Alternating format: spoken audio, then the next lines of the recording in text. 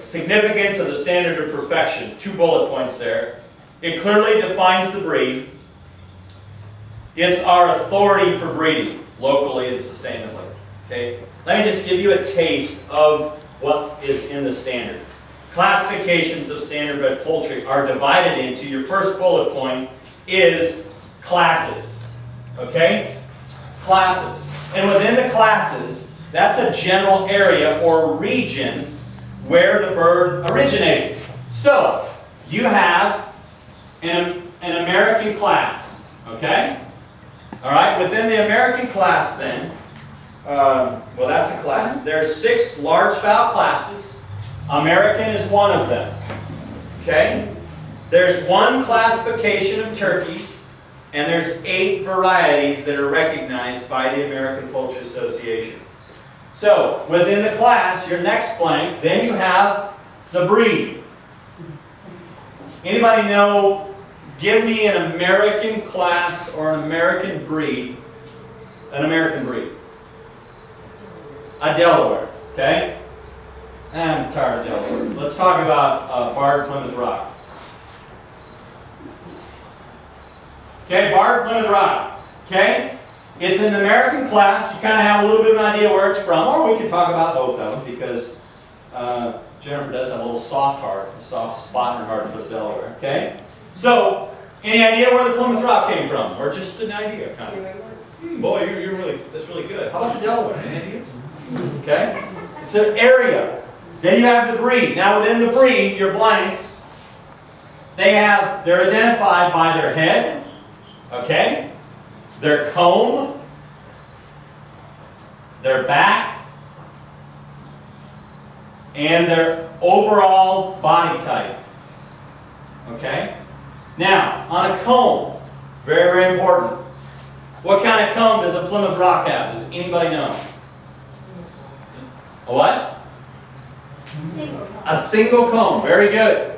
This bird has a single comb. Okay? Anybody know the Delaware also has a single comb? How about a Wyandotte? Rose comb. Very good. The partridge, all the Chanticleers. Cushion comb. Way to go. Alright? So if you get a partridge Chanticleer, by the way, that's a Canadian breed. Alright, well, I'll tell you a little more about comb later, but that cushion comb's close to the head. Sometimes you get a peak comb or a nasty little single comb. Out they go. Okay? They're characterized by their head, their comb, their back. Alright? And then you go to the bottom of your page is variety. So the Barred Plymouth Rock, Barred is the variety. You also have in the Plymouth Rocks, you've got whites, buffs, partridge, silver pencil. There's about 6 or 7 blues. Blue Plymouth Rock, white Plymouth Rock, buff Plymouth Rock, Barred Plymouth Rock. Okay, you have several colors there. Okay, turn the page. So let me give you just a couple quick little descriptions. American class birds all have clean shanks. Alright, they have red earlobes. Just for your information. Okay, if you never knew this, this may be worth your time and effort. The color of the earlobe will tell you what color of egg the chicken will lay. A white leghorn, all the Mediterranean breeds, that's where a white leghorn is. They have white earlobes. What color eggs do we get? Very good. Okay, and you guys don't even have degrees from NC State poultry. Alright, so a red earlobe will tell you what color egg does it lay. Okay, yeah, I thought some of you would say red. White. Okay, it's a brown egg. Alright? There are a few exceptions, like the Americanas and the Aracanas and a couple of other breeds. But generally speaking, the earlobe, red earlobes, tells you an American class breed will lay a brown egg. They have yellow skin. By the way, our culture is very much kind of like if the skin is any other color but yellow. You know, like Ostlorps have white skin. Orpingtons have a much whiter skin. And people go, ooh, something wrong with it. You know, it's got salmonella. It's just white. You know, okay, so these are kinds of things that are important. Dual purpose for the American class, medium in size. feathered Asiatic. That's your feathered shanks. Okay? They have feathered shanks, loose plumage, red earlobes, okay, and dual purpose and massive in size. This is one of the breeds of an Asiatic. It's called a light Brahma or Brahma, depending if you raise the cows or not, okay? This is the light Brahma. It's massive in size. It's got feathered shanks, okay? I'll pass these around, okay? This is, you might go, oh, buff Orpington. Nope, you got to look closely. It's got completely feathered shanks. These are Asiatic breeds that you're on, okay? Take a look at that. I'll pass it around, all right? Let me go ahead and just show you some of the American breeds, okay?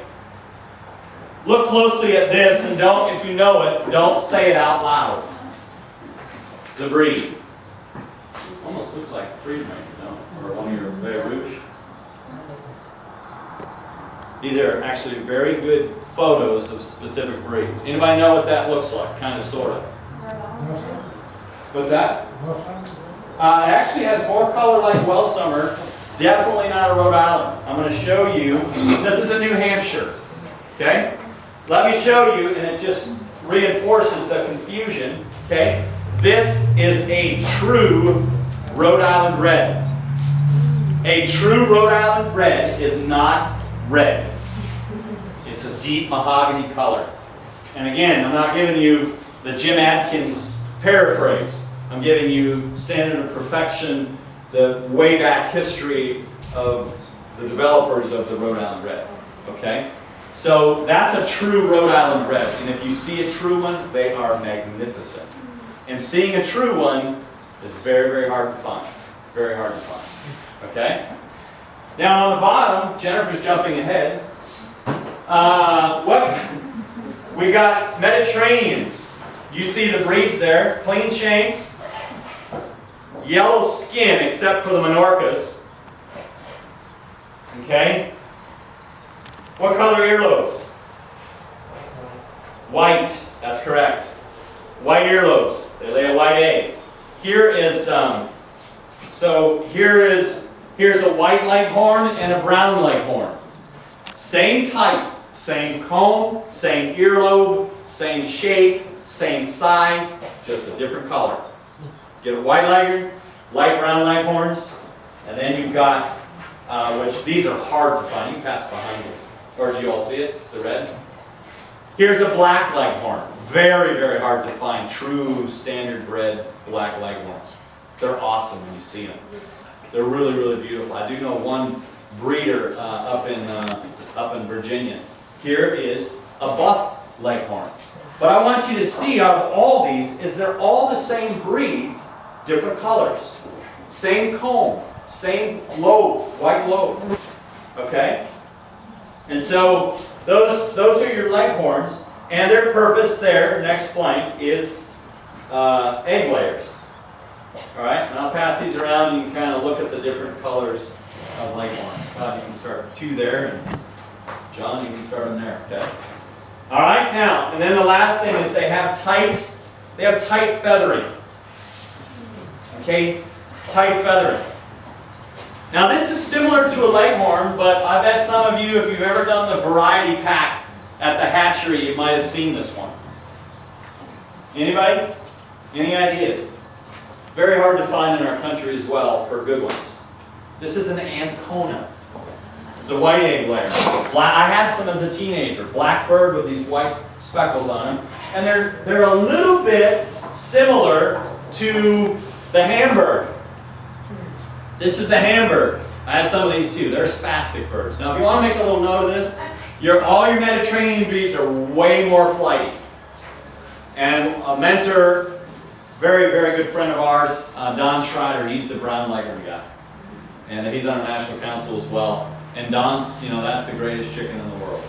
Okay, even though he led the way on the Buckeye Recovery Project. All right, but he loves the personality. He always says, you guys can Take a look at those back. He always says when you open up the hen house, you know, the buckeye, it's a forager. It comes out and starts going to forage. The Jersey Giant, or the Leghorn, comes out and it's just flying. You know, they're just like when Rocco lets the turkeys out and they're all over the place and they're flying. That's what the Leghorns do. He always says the Jersey Giant, that's a big American breed. They're massive, good dual-purpose meat bird. They come out and he says, they go, all right, what are we going to do today? You know, and the Leghorns all over the place. And so, you know, birds definitely have different personalities. And so, all right, questions or blanks that you need filled in there or anything before I give you a stretch right there? Yes? I want to ask about Asiatic plants. You say they're massive in size. Yeah. Are they more heat tolerant? How can I say that? Usually a smaller bird is more heat tolerant, right? But other Asiatic ones, even the larger ones, more heat tolerant. Yeah, I'll tell you what we're learning about that. Okay? Okay, let's talk about a buckeye for a minute. Yeah. Okay, anybody know where the buckeye came from? Poor bird. Poor bird. Ohio buckeye. All right, so it comes from Ohio. The only breed in the standard of perfection developed by a woman. Minnie Metcalf was her name. Brilliant lady. Okay? She had in mind, she said, I want a chicken that will work for itself. I want it to work my farm. They're amazing foragers. They have a pea comb. They were bred in Ohio. They're meant to tolerate colder weather. When you bring them down to North Carolina, there's more heat. So as a great article that Jeanette Berenger wrote said, you almost have to, even the Chanticleers, they're Canadian breed. They're like, where's the snow? All right, so part of what we have to do is the birds that survive heat are birds that we're going to use to breed in this region. And a lot of our Chanticleer breeders, you know, we lost, well, everybody in different breeds lost birds this summer if they weren't really dialing into the husbandry stuff and taking care of the birds. And so that would be true of all breeds. Now, Cornish really don't do well in colder temperatures. They're, you know, and I'm not talking about Cornish cross, I'm talking about a true dark Cornish or white Cornish, white lace red. So part of that is breeding and genetics. So some buckeyes will do better because they've been bred to kind of do better in those climates. Does that make sense? Okay.